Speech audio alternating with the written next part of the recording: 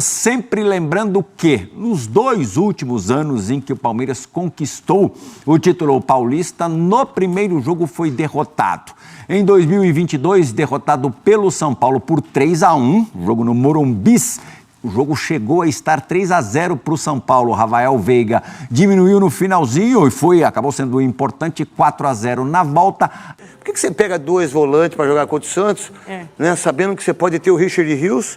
Esse sim é o 8,5. Esse deveria ser o time do Palmeiras e que não foi que você errou. Diga-se de passagem. Fala, torcedor do Verdão, muito bom dia, trazendo mais um vídeo aqui nesta segunda-feira aí, com o debate aí do último jogo do Palmeiras, né, e a mídia esportiva aí, confiante aí no jogo de volta contra o Santos. Pessoal, prepara os melhores trechos aqui. Já quero deixar aqui o link como crédito dos canais oficiais na descrição do vídeo. Não esqueça, pessoal, de deixar o seu like e se inscrever no canal. Sem enrolação, direto ao vídeo. Porque o Abel coloca o Eric aqui pela direita, mas ele não exige que o Eric ajude na marcação. E não é para exigir. Você não pode querer que o Eric volte marcando lateral. Por isso que ele usa os 2 laterais. Porque ele deixa livre o Eric. Isso foi o responsável aí, que é legal. Essa estratégia do Abel foi responsável pela virada do Palmeiras no ano passado no Brasileiro. Verdade. Porque quando ele usa os 3 atacantes, tudo encaixadinho, que talvez hoje teria sido melhor, ele tem que colocar quem de 9? O Eric, que não vinha rendendo. O Hendrick, desculpa. O Hendrick, que não vinha rendendo de 9 de costas. O Hendrick passa a render quando ele faz 3 zagueiros num jogo lá em Barueri. Verdade. Não lembro contra quem. E Curitiba. O Hendrick fica numa... Contra o Curitiba. Exato. Não, Curitiba. Curitiba, passado, exatamente. Curitiba. O Hendrick fica numa posição que provoca uma confusão. Quem que marca o Hendrick? O lateral ou o zagueiro? O zagueiro ou sai, chama o volante. O volante sai. E até isso, hoje, o Carille foi mais esperto que ele inverteu o Gil com o Joaquim. O Gil hoje jogou pela esquerda, marcando mais o Hendrick, e o Joaquim jogou pela direita. Quase que o campeonato inteiro foi o contrário. Não, boa sacada sua, até porque eu quero falar disso. Por que ele, então, vamos dizer, tem várias coisas, né, gente, um jogo desse. Mas isso foi uma questão principal, macro. Com certeza passou na cabeça do Carille. Por que o Abel não viu que na lateral direito do Santos ia jogar um garoto, que não por causa disso ia ser ruim. Desculpa, Toninho. Ele não ia ser mal no jogo, não é isso. Ele é sobrinho do Vitorino. Do Sherman, sim, nosso colega, eu sei disso, é parente dele.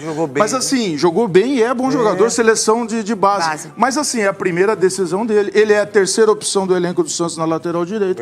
Por que ele não começa aí que eu quero te dizer, Marília? Por que ele não põe o Hendrick em cima do garoto? O garoto poderia guardá-lo no bolso. A gente não sabe. Mas, assim, teoricamente, você pensa essas estratégias antes do jogo começar. Pode estudar, né? Você estuda tudo isso. Às vezes não dá certo, né? Às vezes não dá certo, mas eu acho que poderia ter sido tentado isso. O Veiga um pouco mais centralizado, o Hendrick, e soltar mais o lateral esquerdo, o Piquerez, e carregar um pouco, igual o Santos fez no Palmeiras. Não houve essa contrapartida.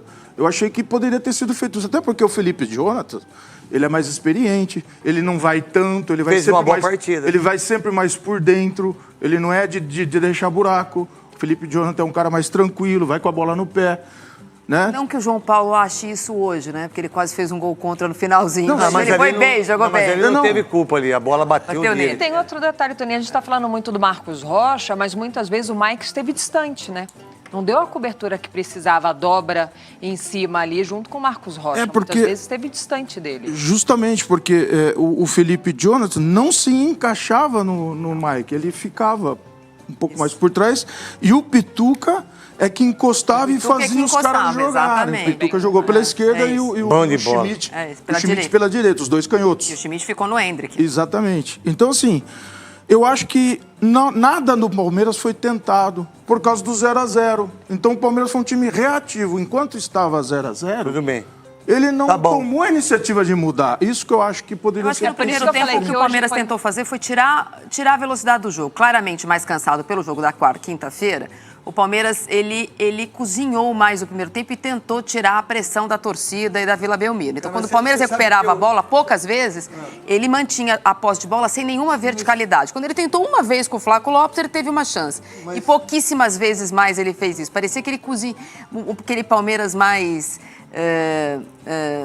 predador de outras partidas, reativo sim, mas hoje ele foi só reativo. Olha, Poucas gente, vezes ele foi vertical, né? Vou falar Então, uma coisa e aí- pra vocês, Desculpa, Renato. mas o cansaço, pô, nós estamos no começo do ano, cara. Pô, desculpa, Concordo. assim, sabe, campeonato, se fosse, tipo, no meio do ano, Copa do Brasil, Libertadores, Sul-Americana... Por isso que eu falei, mas, contra então, mas o Horizontino, cansaço não tem nada a ver... Falou que faltou ritmo, Não, mas o e agora o calendário. Não, Desculpa, pode- né? não, pode terminar, pode terminar.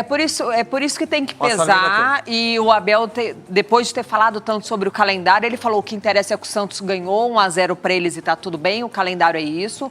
Concordo com o Abel que a Federação Paulista poderia dar 3 dias para os dois numa situação dessa de reta final, mas por isso que eu comecei falando que hoje é mais sobre o Santos ter vencido do que o Palmeiras perdido. Sim. O Santos buscou, o Santos foi competitivo, o Santos quis o resultado porque sabe que o Palmeiras briga o campeonato inteiro para decidir em casa, porque ele sabe do poder do Allianz Parque. Sim. Não à toa o Abel começa a coletiva falando, agora é lá no Chiqueiro, agora é na nossa casa, agora é na nossa torcida. Então hoje foi o Santos que venceu. Sim, né? O Palmeiras com certeza. perdeu. Hoje o Santos venceu. O Carilli colocou. Primeiro motivo de o uma Carilli derrota tinha um é o plano, adversário. né? O Carilli tinha um plano e deu certo. Exato, ficou claro isso para mim. Que o plano do Carilli foi melhor executado.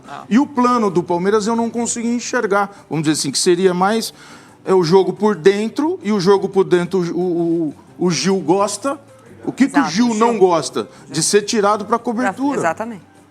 E me lembra um lance que o Gil fez cobertura do Felipe Jonathan. O Felipe Jonathan, que nem você falou, o Felipe Jonathan não deixa esse espaço para o Gil ter que sair. Não. Então o Gil teve todo o jogo, os 90 minutos, o jogo na frente Ele dele. não a correu zaga atrás da do bola, Santos, né? é verdade. Porque A zaga o do jogo foi Santos por não dentro. O correu pra Palmeiras trás, não tem os dois abertos. Quando fez isso, aí lembrando o que você falou, quando ele fez isso no final, nos últimos 20 minutos, 5 minutos depois que ele coloca os dois para atacar aquela lateral direita, melhora. 5 minutos depois, o Carilli troca o lateral direito e coloca o Aderlan. Porque estava cansado, que é mais, que vinha de eu acho lesão, é bem mais experiente. Não foi, de fato, uma tarde feliz do Veiga, mas o Veiga estava jogando colado na lateral esquerda e não é o lado bom do Veiga, né? Para ele poder ter o Hendrick do lado direito com o Mike, ele resolveu fazer uma dobra do Piquerez com o Veiga do lado esquerdo. Essa jogada não aconteceu e no primeiro tempo o Piquerez, a única coisa que ele fazia era alçar a bola na área.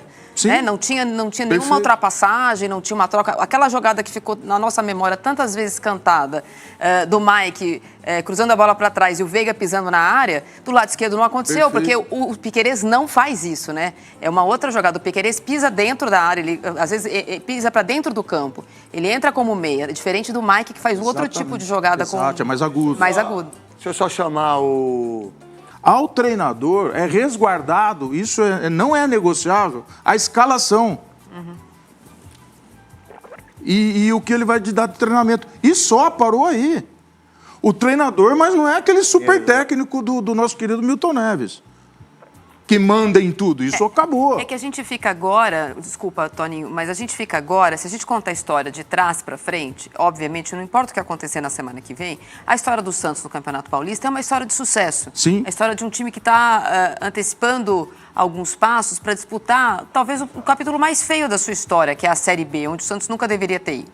Entretanto, a gente não pode, contando a história de trás para frente, esquecer que o técnico contratado no ano passado era o Carpini, que quando ele chegou e bateu, e depois dele falar assim, e descobriu que no vestiário do Santos ia ter esse e aquele falando mais que ele desistiu. Na verdade, ele não ficou porque não falaram a verdade pra ele. Então, por isso... Na verdade, quando ele acertou o contrato com o Galo, os caras não falaram. Aí ele colocou o Léo e o Elano. Ele falou, não, eu não conversei isso. Não conversou então isso. Eu tô fora. E parabéns ao Carpini. É uma história de sucesso, sim, com um caminho consertado ou corrigido ou contornado durante os capítulos que a gente assistiu até agora. A própria contratação do Carilli, a gente não sabe o que vai acontecer. Ele vem com um problema no time japonês e o Santos banca.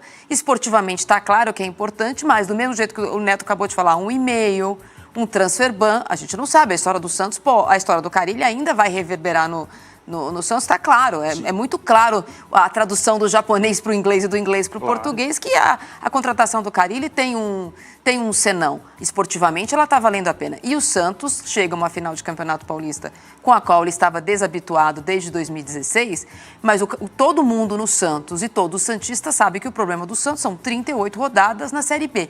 E isso é um incômodo que o Carille não conhece, que o Gil não conhece, que o João Paulo não conhece, que muitos dos jogadores deste elenco do Santos não conhecem. E isso vai ser importante o Galo, que tem uma experiência de Série B, conhecem, mas eu acho que o Santos contratou jogadores importantes para a Série B. Eu também acho. De experiência e que não vão fazer muitos jogos. 38. Né? Isso, 38 jogos. Então, acho que Juliano, Gil, Joaquim, João Paulo... Eu acho que o Santos fez contratações importantes. Ô Neto, eu acho legal, tá todo mundo muito feliz com esse começo do Santos, porque foi um ano muito conturbado, né? O Santos brigava para não cair no Paulista, acabou brigando acabou caindo no Brasileirão. A contratação do Carille vem mostrando que o Santos não tinha entendido ainda o que era a temporada de 2024, né? Tem multa? Não tem? Pode trabalhar? Não pode? Tá no bid? Não pode? Faz uma reformulação gigante, que no início assusta, mas funcionou. É muito bom o Santos estar renascendo. Mas eu peço calma.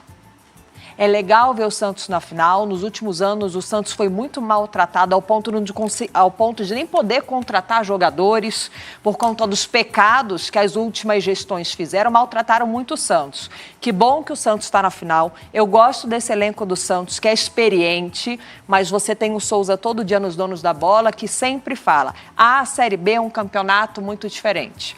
O Santos só vai ter a Série B, mas é um campeonato muito diferente. Quem joga a Série B sabe a importância, aqueles times que estão mais tempo, o próprio Novo Horizontino fez uma temporada incrível ano passado não subiu por causa de um ponto, né? Não conseguiu subir. E Novo Horizontino. Mirassol e Novo Horizontino. Eu vou ficar muito feliz se o Santos voltar, mas assim, Paulista é um capítulo à parte. Começa um ano, acho que o mais difícil do Santos, começa muito bem, que bom que começa bem, mas eu acho que a gente precisa respirar um pouquinho e esperar esse novo desafio, porque não vai ter vida fácil. Mas eu acho que o futebol, eu acho que ele foi... A Lívia fez uma observação aqui. Pode falar, Lívia. O homem tá com o olho vermelho.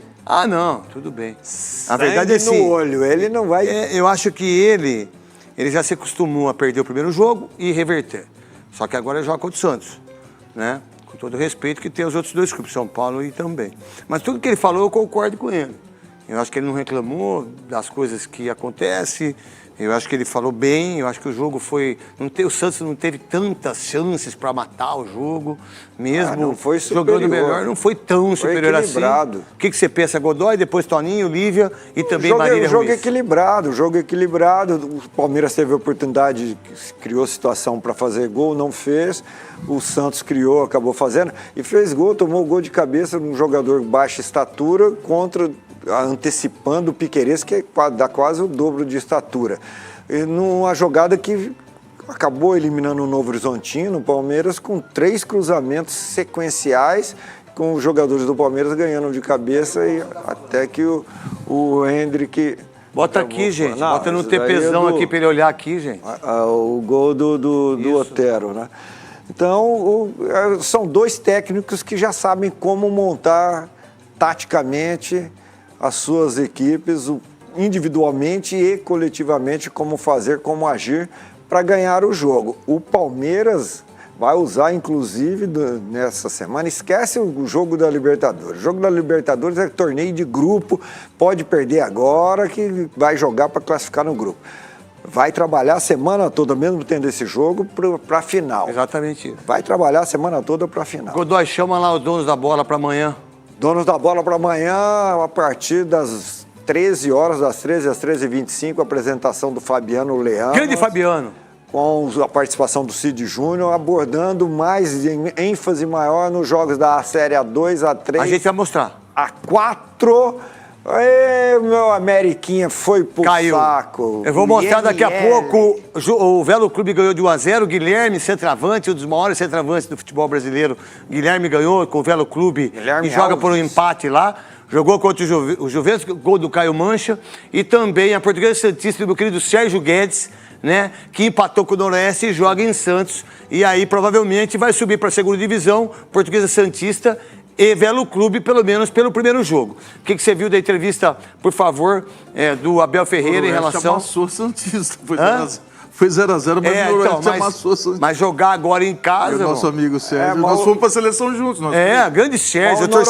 O Noroeste eliminou o... São Bento?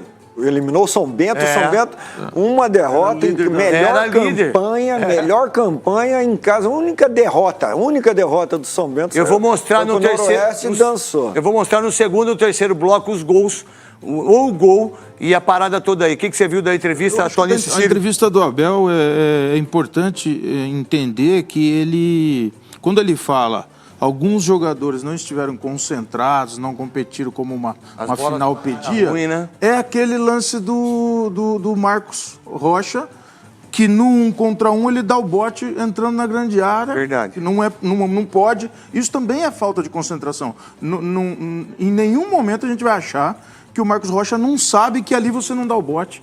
Você temporiza, espera, ele dá o bote na hora errada. Eu já dei muito bote errado, Torinho. E o Guilherme... E o Guilherme sai sozinho para cruzar. Já virou. O Piquerez também não estava com a concentração, porque ele tem que marcar de lado.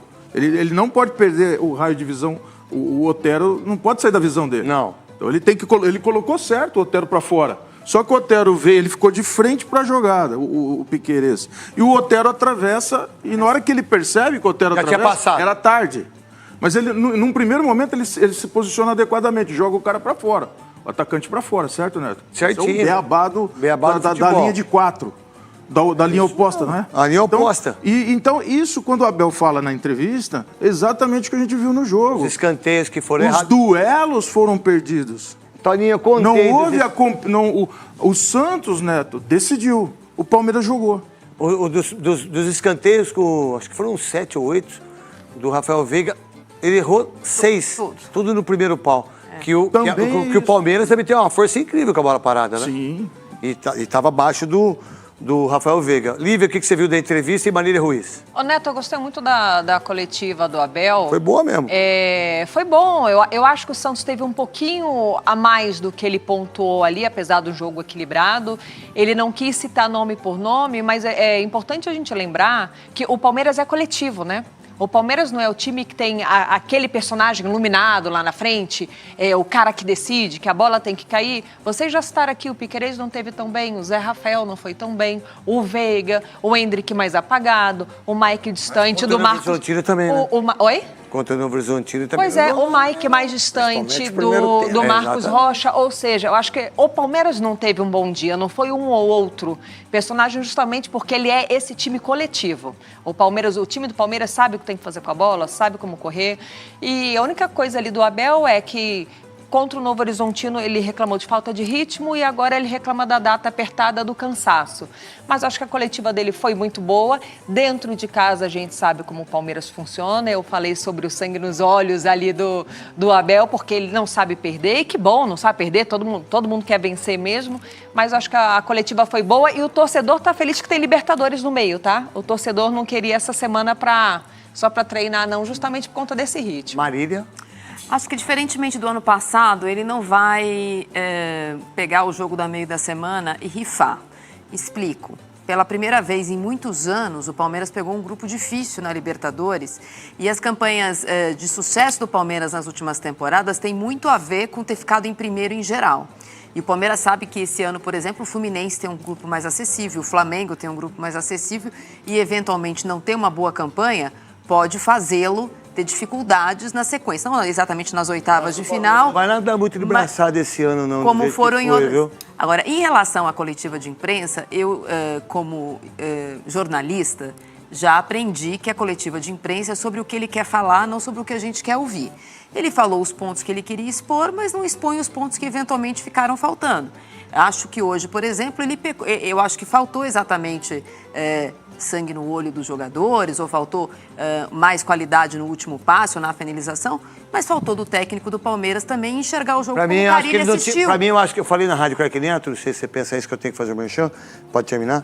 Eu acho que ele escalou o time errado. Eu também acho. Pra mim, ele tinha que botar o Richard Rios e tirar o Mike. Mas eu acho que ele tem ou o Marcos Rocha. Eu não sei se você já falou isso na rádio também, eu tenho falado desde o começo do ano em algumas dos meus CNPJs que eu trabalho.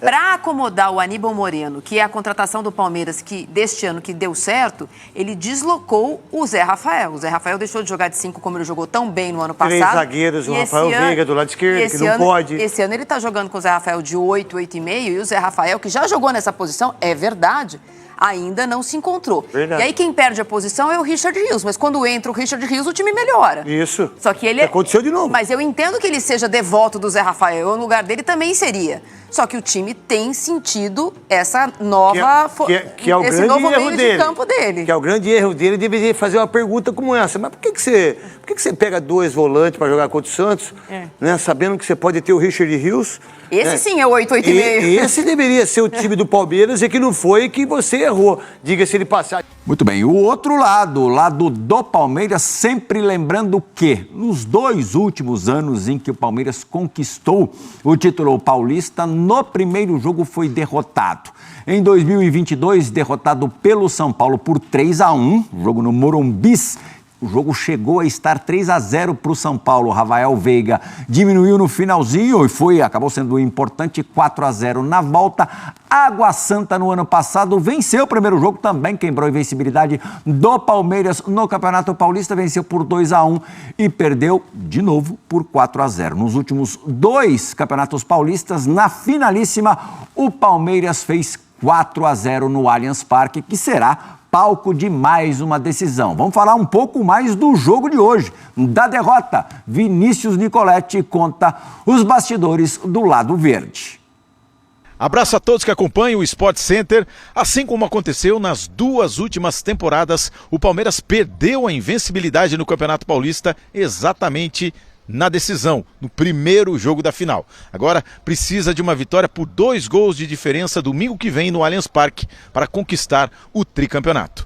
O técnico Abel Ferreira reconheceu que o rival foi melhor em campo e que o Palmeiras teve um desempenho baixo na qualidade técnica e também na competitividade, mesmo criando muitas chances de gol no segundo tempo. O treinador atribuiu esse baixo rendimento ao cansaço. O Palmeiras teve um dia menos de recuperação em relação ao Santos para a final aqui na Vila Belmiro. E o time também não terá descanso até o segundo jogo decisivo contra o Santos domingo que vem no Allianz Parque. Isso porque o Palmeiras estreia na Libertadores quarta-feira contra o São Lourenço na Argentina. Ano passado, o Palmeiras também iniciou a campanha na principal competição da América entre as finais do Campeonato Paulista contra o Água Santa. E o técnico Abel Ferreira poupou todos os titulares para o jogo contra o Bolívar, na altitude. Deu certo, o Palmeiras conseguiu a virada contra o Água Santa e conquistou o bicampeonato. Desta vez, o treinador não antecipou o planejamento. Ele vai analisar o elenco e depois definir se preserva alguns jogadores para a estreia na Argentina. Coincidência, né, em relação ao ano passado, a estreia na Copa Libertadores no meio das 2 finais do Campeonato Paulista. O Palmeiras no ano passado utilizou-se mesmo de reservas em La Paz contra o Bolívia, foi derrotado por 3-1, mas depois sagrou-se campeão paulista. Acho pouco provável. Ele deu algumas dicas na coletiva do Abel utilizar titulares no meio da semana em Buenos Aires contra o São Lourenço. O jogo que já seria difícil, já vai ser difícil de qualquer maneira, com titular ou reserva. Time argentino na Argentina é sempre casca. É isso aí, torcedor do Verdão. O Palmeiras, hein, né, perdeu por 1-0 diante do Santos, né? Sabemos, pessoal, que quando for jogar em casa no Allianz Parque, o Verdão tem toda a capacidade de virar, né? O jogo não tá perdido ainda, né, pessoal? O Palmeiras não jogou a toalha. Sabemos que um gol de diferença, com certeza o Verdão tem capacidade de fazer a reviravolta, né? E foi o caso de levar até para os pênaltis, né? Mas esperamos que o Verdão vai decidir nos momentos normais, né? Se fosse 4-0, 3-0, né? Ficaria mais complicado. Mas 1-0 aí, com certeza, o Verdão aí tem toda a capacidade de reverter esse resultado e levar essa taça aí do Paulistão, né? Pessoal, então, hein, o Luan, né, lamenta a derrota do Palmeiras, mas crê em virada no Allianz Parque. O jogo de 180 minutos, então, hein, abre aspas. O Palmeiras foi derrotado pelo Santos por 1-0 na Vila Belmiro e largou em desvantagem, né, na final do Campeonato Paulista. A equipe terá que virar o duelo no Allianz Parque, porque para ficar com a taça, feito que não incomoda o zagueiro Luan, que pregou o otimismo, o jogo, né, decisivo, mesmo após revés e atuação aquém do esperado, né? Então aí, o Luan muito confiante aí para o jogo de volta aí, né? Que com certeza o Palmeiras é favorito, né, pessoal? É um time aí que consegue, né, ter um histórico de conseguir se superar nesses momentos, né? Pessoal, deixa aqui seu feedback, sua participação, que vocês acharem desse jogo, hein, né, diante do Santos, o que vocês viram de errado, que poderia ser melhor, né? Que assim os jogadores possam corrigir para os próximos jogos. Não esqueça, pessoal, de deixar seu like aí, se inscreva no canal, ative o sininho para que o YouTube traga os novos vídeos com informações atualizadas do Palmeiras,